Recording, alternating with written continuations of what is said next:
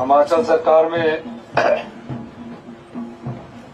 सामाजिक न्याय एवं परिवार कल्याण मंत्री सम्मानित श्री कर्नल धनीराम शांडिल जी, हिमाचल सरकार में लोक निर्माण मंत्री एवं शहरी विकास मंत्री सम्मानित श्री विक्रमादित्य जी, हिमाचल सरकार में सीपीएस और हमारे साथी सम्मानित श्री संजय अवस्थी जी,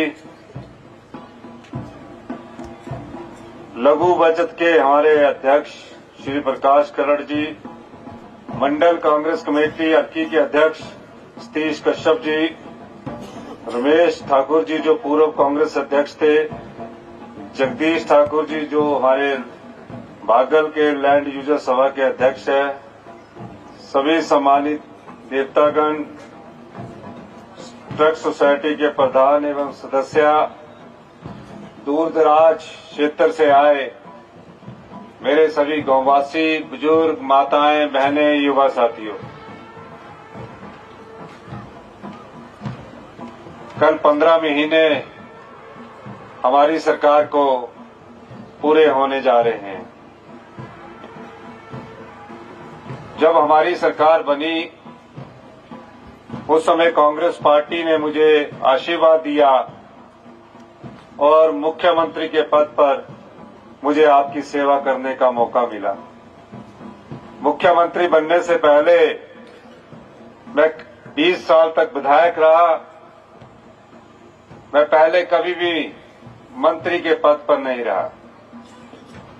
मैं कांग्रेस पार्टी की छात्र राजनीति से उठकर युवा कांग्रेस की राजनीति से आगे बढ़ता हुआ प्रदेश कांग्रेस की अध्यक्ष की कुर्सी से होता हुआ मुख्यमंत्री की कुर्सी पर पहुंचा।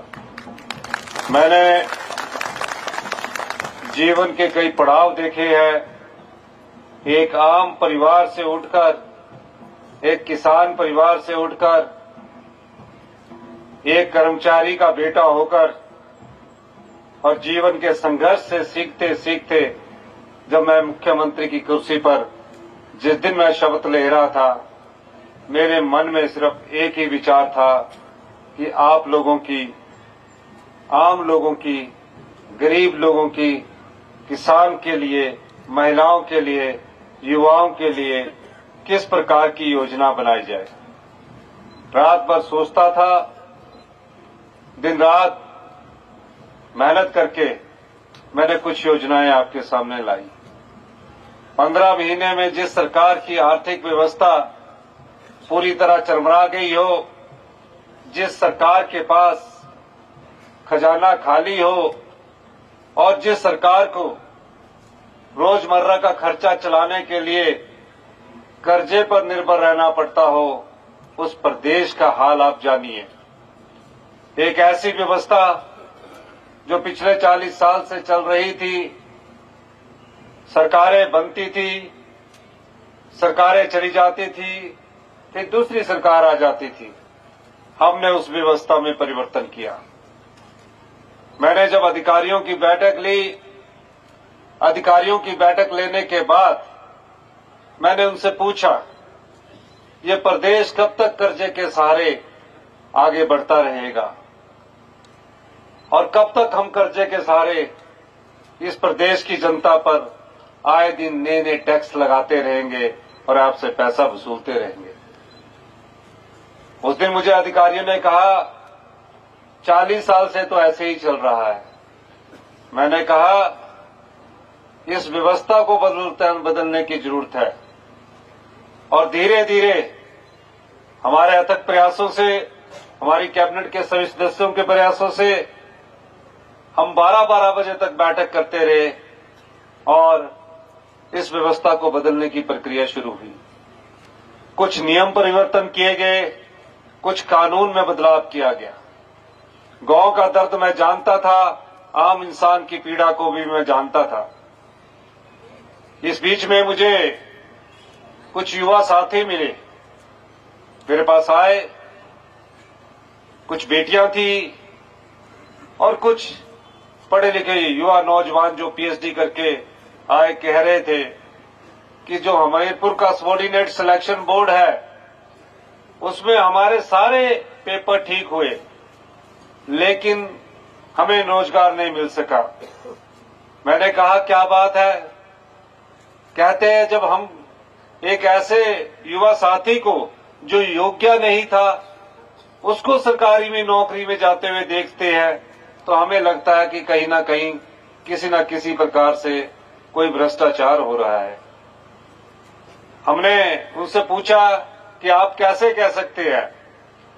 उन्होंने बड़े विश्वास के साथ कहा कि पिछले 5 वर्षों में जो नौकरियां थी उसमें योग्य उम्मीदवार को तरजीह नहीं मिली है, सिर्फ उन लोगों को तरजीह मिलने की सूचना हमारे पास है जो पेपर खरीदते थे। एक गरीब लड़का पीएचडी किया हुआ जिसकी थ्रू आउट मेरिट थी, +2 में भी टॉपर था, ग्रेजुएशन में भी टॉपर था, लेकिन सबॉर्डिनेट सिलेक्शन बोर्ड के जब एग्जाम आते थे उसमें कम नंबर आते थे, पास हो जाता था।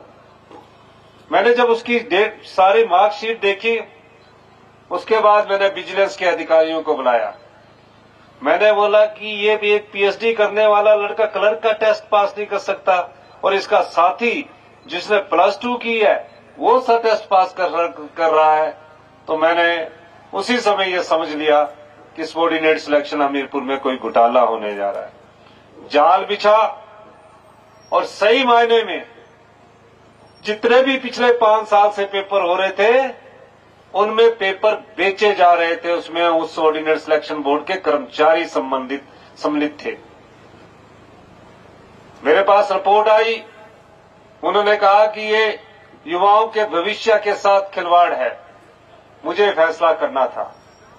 मैंने बोला कि ग्रामीण परिवेश का बच्चा या कोई भी युवा साथी वो मेरिट के आधार पर सिलेक्ट होना चाहिए, लेकिन ये जो पेपर बेचने का धंधा और पेपर लीक करने का धंधा इसको बंद करने की जरूरत है। और मैंने उसी दिन संवैधानिक सबॉर्डिनेट सिलेक्शन बोर्ड था उस भ्रष्टाचार के अड्डे को भंग किया और युवाओं को ये विश्वास दिलाया कि आने वाले समय में जो मेरिट पर होगा उसको रोजगार मिलेगा। और मुझे खुशी इस बात की है कि 4-10 दिन पहले ही उसमें राज्य चयन आयोग हमने का नया गठन किया, अब उसमें एग्जाम होने शुरू हो चुके हैं। भारतीय जनता पार्टी सोई रही।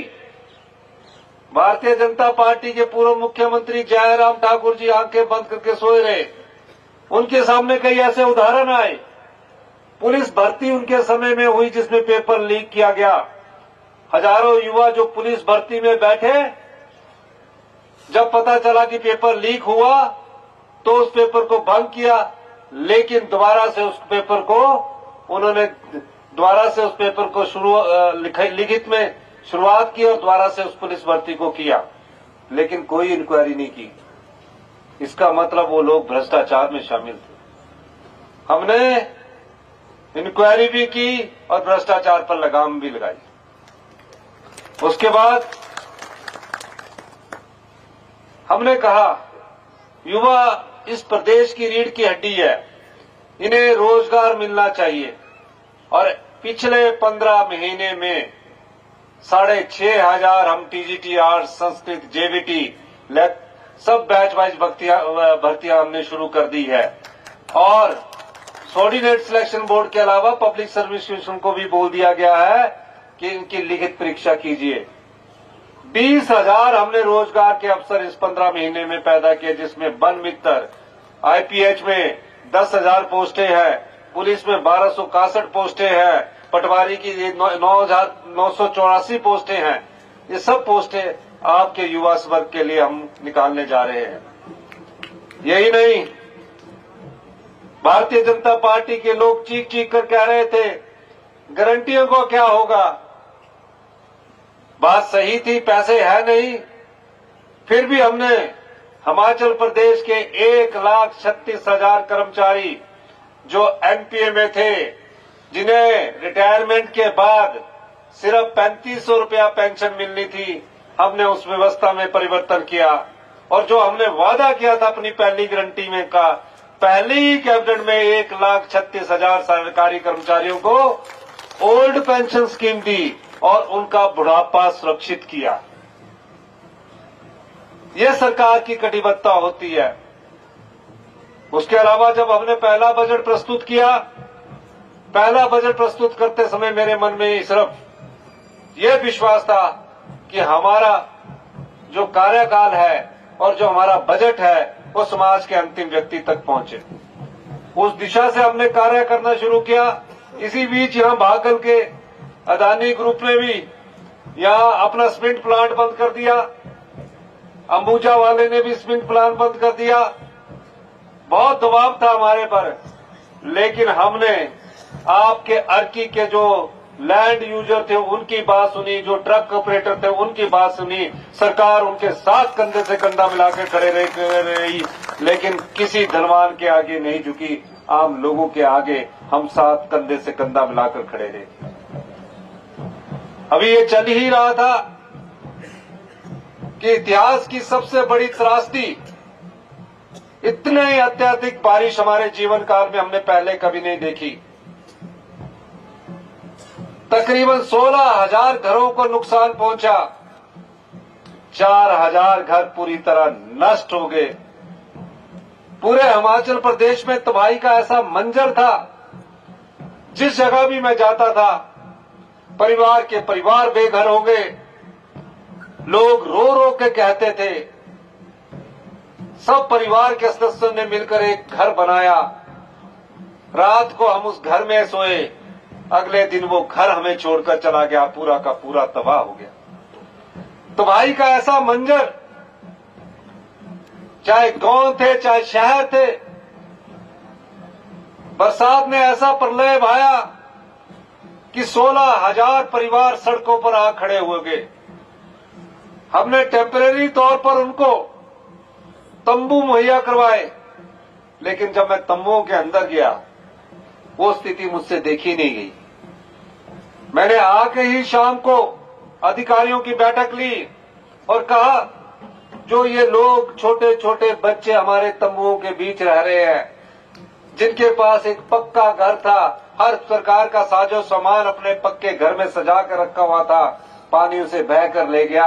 आज वो तंबू में जिस हालत में रह रहे हैं, मैंने उसी समय फैसला किया कि इन परिवारों को अगर गांव में कोई मकान किराए पर लेना है तो 5,000 रुपया किराया सरकार देगी और 10,000 रुपया सरकार शहर में रहने वाले लोगों के लिए देगी।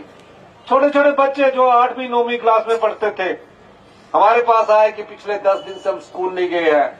हमने उनके लिए एक्स्ट्रा क्लासेस का प्रावधान किया और उनको 31 मार्च 2024 तक उनको रहने का, खाने पीने की फ्री में व्यवस्था की।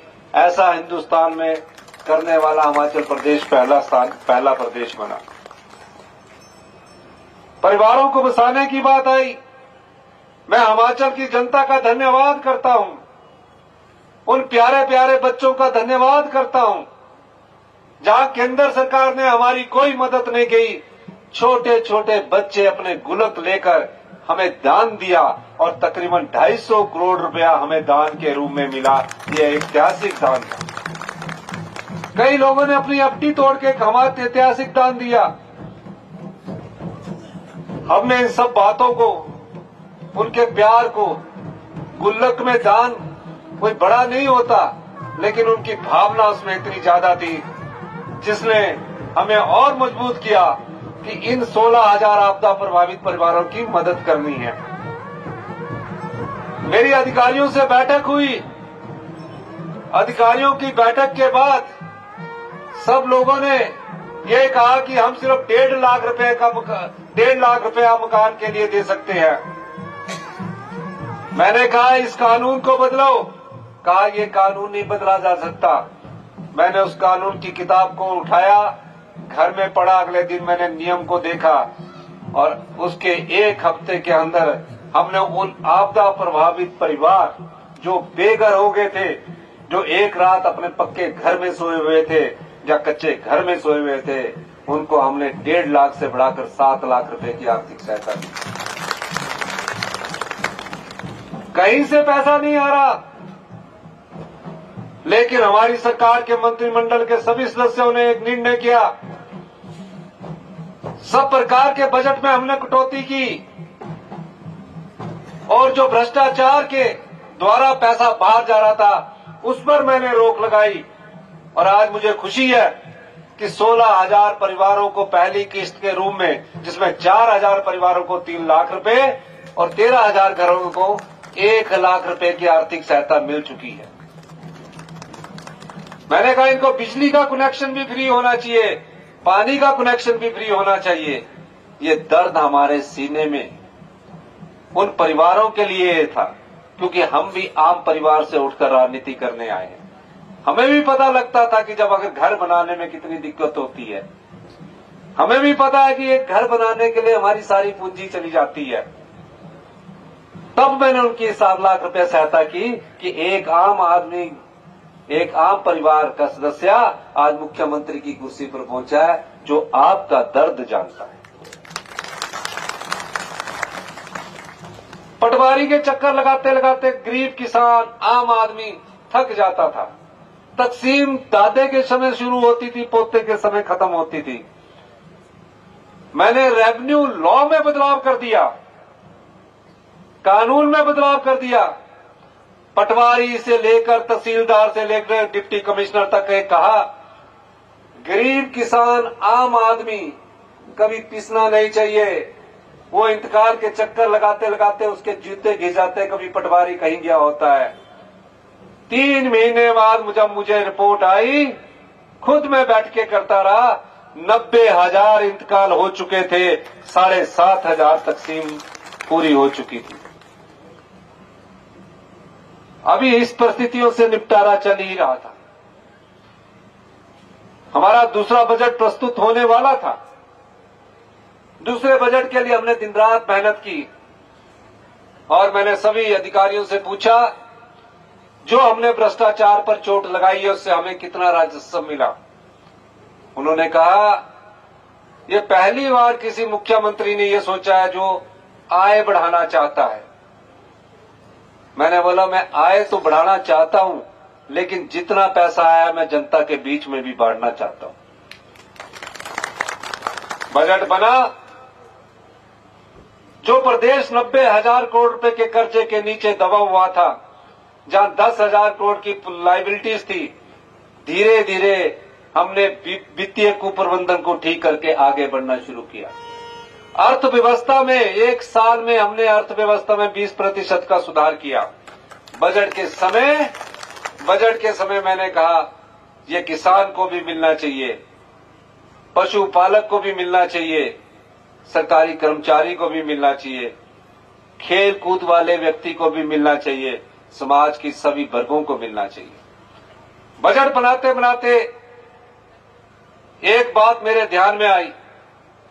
जब मैं एमएलए था तो कई विधवाओं के बच्चे, बेटियां मेरे पास आती थी, पढ़ने में टॉप करती थी, मेडिकल कॉलेज में चली जाती थी, थोड़ा बहुत पैसा मांग के फिर मेडिकल कॉलेज, इंजीनियरिंग कॉलेज की फीस भरती थी। मैंने इस बजट में प्रावधान कर दिया और अगले साल से ये स्कीम भी लागू कर दी। 1,15,000 विधवा माताएं, बहनें हमारी जो हैं, उनके बच्चों को 27 साल तक हमारी सरकार सभी पढ़ाई का खर्चा भी देगी, हॉस्टल का खर्चा भी देगी। क्योंकि हमने वो जो पैसा भ्रष्टाचार के द्वारा निकल रहा था चोर दरवाजे से, उस पर चोट की। उससे पहले मैंने पहले बजट में जो बच्चे अपनी माता को खो चुके हैं, अपने पिता को खो चुके हैं, उसके लिए योजना लेके आई। फिर मैं देखता था कि हमारे जो बुजुर्ग हैं वो गांव में रहते हैं। मेरी माता 80-82 साल की गांव में रहती है। हमने उनके लिए भी योजना लाई। 70 साल से ऊपर की जो हमारे बुजुर्ग हैं, बुजुर्ग माताएं हैं, पुरुष हैं, उनको फ्री चिकित्सा सुविधा उपलब्ध करवाएगी। इस बजट में प्रावधान किया। जो मनरेगा में लगी हुई हमारी महिलाएं हैं, बेचारी दिन रात कई महिलाएं हमारी दिहाड़ी करती है, कई पुरुष दिहाड़ी करते हैं, पर उनकी आय बहुत कम होती है। मैंने एक ही समय में ऐतिहासिक 60 रुपए की वृद्धि की। अगले अप्रैल से 300 रुपया मनरेगा के मजदूर को मिलना शुरू हो जाएगा। ये पैसा हमने आप लोगों से जो पहले भ्रष्टाचार के रास्ते से बाहर जाता था, उस पर रोक लगाकर आज आप लोगों के बीच बांट रहा हूं।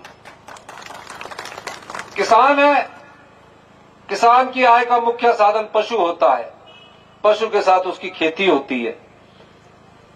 मेरे पास जो दुग्ध उत्पादक थे वो लोग आए, उन्होंने कहा हमें 32 रुपए लीटर दूध मिलता है, बहुत कम कमाई होती है। मैं जानता था कुछ कमाई नहीं होती, और सारी हमारी माताएं बहनें दुग्ध उत्पादन का काम करती। मैंने हिंदुस्तान का हिमाचल प्रदेश पहला राज्य बना जहां दूध 45 रुपए के हिसाब से सरकार खरीदेगी, उससे ज्यादा वो दुग्ध उत्पादक बाजार में बेच सकता है। ये सपोर्ट प्राइस हिमाचल प्रदेश की सरकार ने आप लोगों को दिया। अब जिसने गाय पाली होती है तो गोबर तो होगा ही।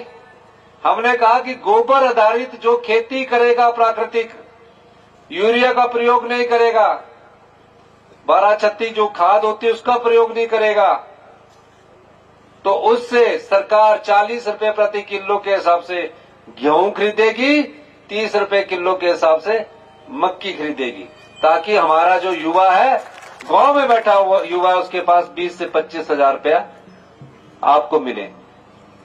अभी एक और योजना हम राजीव गांधी के नाम जी से लाए कि जिसके पास 6 बीघा जगह होगी, 3 बीघा जगह होगी, सरकार उसको 20,000 रुपया देगी, वहां सोलर पावर प्रोजेक्ट लगेगा, सरकार की तरफ से लगेगा। आपकी जमीन का आपको 20,000 रुपया महीना देने जा रही है। ये सब योजनाएं आम जनता के लिए लाए, लेकिन जैसे ही हमारा बजट प्रस्तुत हुआ, और बजट प्रस्तुत होने से पहले राज्यसभा का चुनाव आया, हम कल्पना भी नहीं कर सकते थे कि राज्यसभा के साथ चुनाव में हमारे कांग्रेस विधायक के 6 विधायक हमें धोखा देंगे। 6 विधायकों ने क्रॉस वोटिंग की।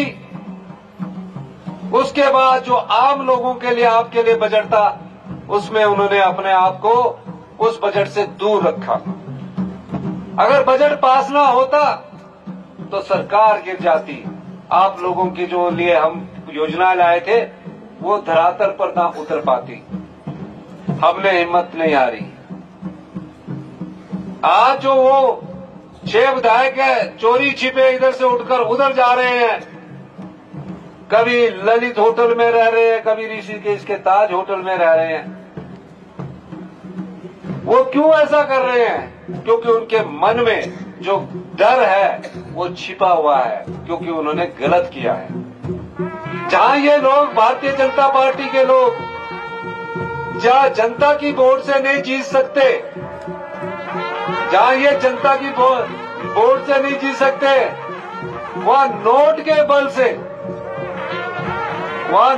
बल से लोकतंत्र में चुनी हुई सरकारों को गिराने का काम कर रहे हैं।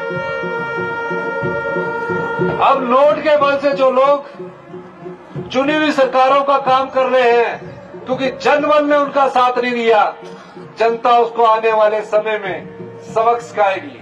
मैं जनता से पूछना चाहता हूं कि जो बिकाऊ विधायक होते हैं, जो जनता के बल पर जीत कर आते हैं और नोट के बल पर बिक जाते हैं, क्या ऐसे लोगों का आप लोगों को साथ देना चाहिए कि नहीं देना चाहिए? दोनों हाथ खड़ा करके बताइए। इसका असली जवाब लोकसभा के चुनावों में मिलेगा। आप चुनावों में जवाब दीजिए। ये मुख्यमंत्री की कुर्सी मेरी नहीं है। मैं तो 30 साल के लंबे संघर्ष के बाद इस पर पहुंचा हूं। ये आप लोगों की कुर्सी है, आपकी सेवा की कुर्सी है। इस कुर्सी को आप अपना सोचिए, क्योंकि जिस दर्द को मैं जानता हूं वो दर्द आपके दिल में भी है। जिस पीड़ा को आप रोज सहन करते हैं वो पीड़ा मेरे सीने में भी है, और ये कोई दो राय नहीं है। जिस दिन इस देवी देवताओं की भूमि में जनता के बल पर चुनकर आने वाले लोग पर बिक जाएंगे, समाज का कभी भला नहीं होगा। हमें ऐसे तथ्य मिले हैं जहां करोड़ों रुपए की राशि चढ़ाई गई है, वोट आपका और अपनी सुख सुविधा के लिए। ऐसे लोगों को सबक सिखाने का समय आ चुका है। इस लोकसभा चुनाव में जब जाएंगे, आप ये सोचकर जाइए कि जो लोग नोट के दम पर, पैसे के दम पर, धन के बल पर अपनी राजनीति करते हैं, और जो भारतीय जनता पार्टी की राजनीति है, जनता के बिल पर, जनता के वोट से जीत ना सके तो नोट के बल पर सरकारें गिरा दे, उस भारतीय जनता पार्टी को सबक सिखाने का समय आ चुका है। ये आपके हित में है। हम लोग तो बन गए हैं, इसका मतलब ये नहीं है कि हम लोग आपकी सेवा न करें। इसीलिए मैं आपसे कहना चाहता हूं, हम सत्ता सुख के लिए नहीं आए हैं। बड़ी बड़ी गाड़ियां चाहिए, बड़े बड़े मकान चाहिए, बड़े बड़े महल चाहिए। हम आप लोगों से उठकर आप लोगों की सेवा करने के लिए आए हैं। 2 बजट देख लीजिए। दूसरा बजट हमने प्रस्तुत किया, वो आम लोगों के लिए, जनता के लिए था। और आने वाले भविष्य में भी 5 साल हमारी सरकार चलेगी। अगर आपकी ताकत हमारे साथ खड़ी रहेगी, 5 साल आपकी ताकत हमारे साथ चलेगी। क्या आपकी ताकत कांग्रेस पार्टी के साथ खड़ी रहेगी? जोर से बोलो। देवताओं का हमारे आशीर्वाद भी प्राप्त हो रहा है। जहां देवताओं का आशीर्वाद हो, भगवान का आशीर्वाद हो, सच्चे मन से आपकी सेवा करना चाहते हो, झूठ बार बार सत्य से टकराता है। भारतीय जनता पार्टी के लोग बार बार झूठ बोलते हैं। हर बार झूठ का टकराव सत्य से होता है। जितना मर्जी झूठ बोल लिया जाए, जीत अंत में सत्य की होती है। ये सत्य की लड़ाई है, ये लोकतंत्र की जीत की लड़ाई है। आपका सहयोग चाहिए, आपका आशीर्वाद चाहिए। और इसके माध्यम से मैं ये इतना ही कहना चाहता हूं, निश्चित तौर पर हम आपके साथ हैं। सरकारी कर्मचारियों का बुढ़ापा हमने सुरक्षित किया, तो हमारे पास एक बहुत बड़ा, हमारी बहनें थी। मैंने कहा कि अगले साल 1000 करोड़ रुपया जो बट जाता है आपका, किसी के माध्यम से बट जाएगा, उस पर रोक लगानी है। और हमारी प्यारी बेटियां जो 18 साल की उम्र पार कर चुकी है, जब तक उनके शरीर में अंतिम सांस रहेगा, तब तक उसको हमारी सरकार 1500 रुपया महीना पेंशन देगी। ये हमारा पैसा नहीं है, ये आपका पैसा है। ये आपको नहीं खर्च होना है, ये किसान पर खर्च होना है। एक साल में 18,000 रुपया 18 साल से ऊपर की बेटी को मिलने जा रहा है। ये सरकार ने उस पैसे पर जो किसी और माध्यम से भ्रष्टाचार के रूप में खर्च हो रहा था, आपके लिए रोक के रखा है। आने वाले समय में मेरे आप कितने भी भाषण सुन लीजिए, मैं ये दावे के साथ कह सकता हूं, 2027 तक हम आत्मनिर्भर हिमाचल बनाएंगे। अभी आपको ये जानकारी तो मैं बताना चाहता हूं कि आज इस सभागार के पंडाल में बैठा हुआ एक एक व्यक्ति ये बात सुन ले, एक एक महिला हमारी ये बात सुन ले, हिमाचल प्रदेश के 75 लाख की जनता पर 1,02,000 रुपए का कर्जा है। 1,02,000 रुपए का कर्जा है। इसलिए इस कर्जे का बोझ भी कम करना है, आपको समर्थ भी बनाना है और हिमाचल प्रदेश को आत्मनिर्भर भी बनाना है। और अगले 10 साल में हिमाचल प्रदेश को हिंदुस्तान का सबसे समृद्धशाली और अमीर राज्य बनाना है। ये सोच हमारी कांग्रेस पार्टी की सोच है। इसीलिए हमने किसानों की तरफ ज्यादा ध्यान दिया है, क्योंकि 90% लोग हमारे गांव में रहते हैं। हम सब लोग गांव के निवासी हैं। ठीक है, शहरों में अब रहना शुरू किया, एक घर बनाते हैं, लेकिन हमारे पास एक घर से ज्यादा दूसरा घर नहीं होता है। अधिकांश के पास एक घर होता है, एक घर शहर में होता है। तो जब आप सामर्थ होंगे, आपको अच्छी शिक्षा मिलेगी, अच्छी हेल्थ मिलेगी। इसके लिए आप लोगों का सहयोग चाहिए। इन्हीं शब्दों के साथ एक बार फिर से मैं, जो संजय अवस्थी जी ने अपनी मांगे रखी है, अब जो सिविल सप्लाईज की इन्होंने बात रखी है, उसके बारे में मैं जब विचार विमर्श होगा तो आप लोगों को बुलाया जाएगा, उसमें बैठकर बात की जाएगी। और इन्होंने अर्की में मिनी सेक्रेटरीट की बात रखी है, साइंस टीम गनागू घाट में उसको करने की मैं घोषणा करता हूं। दाला घाट में भी कंबाइंड ऑफिस बनाने की बात कर रही है, उनको भी मैं करने की घोषणा करता हूं। स्टेडियम अगर इसके लिए जगह होगी तो उसके लिए दाला घाट में जो स्टेडियम है उसकी भी मैं बनाने की घोषणा करता हूं। 33 के भी मांगू का भी जो फॉरेस्ट का अपग्रेडेशन नहीं इलेक्ट्रिक जो 33/11 केवीए का नया इलेक्ट्रिकल सबस्टेशन बनना, उसकी भी मैं घोषणा करता हूं। अभी इतने पैसे भी नहीं है।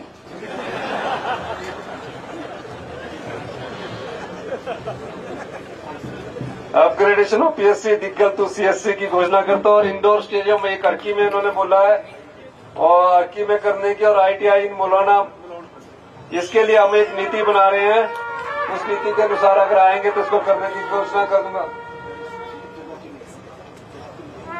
कुनियार में जो हॉस्पिटल बनना है उसकी जगह चिन्हित होगी, उसको अपग्रेड कर दिया जाएगा। इन सभी मांगों की, कुछ पैसों का भी सोचना पड़ता है ना, तो उन सभी मांगों की मैं घोषणा करता हूं। पर आप लोगों से मैं ये अनुरोध करना चाहता हूं, जो जनता के वोट से जीत नहीं जाए जी, वो नोट के द्वारा जो बिकते हैं, इन लोगों को सबक सिखाने का समय आने वाला है। आपने सबक सिखाना है। धन्यवाद। जय हिंद, जय भारत।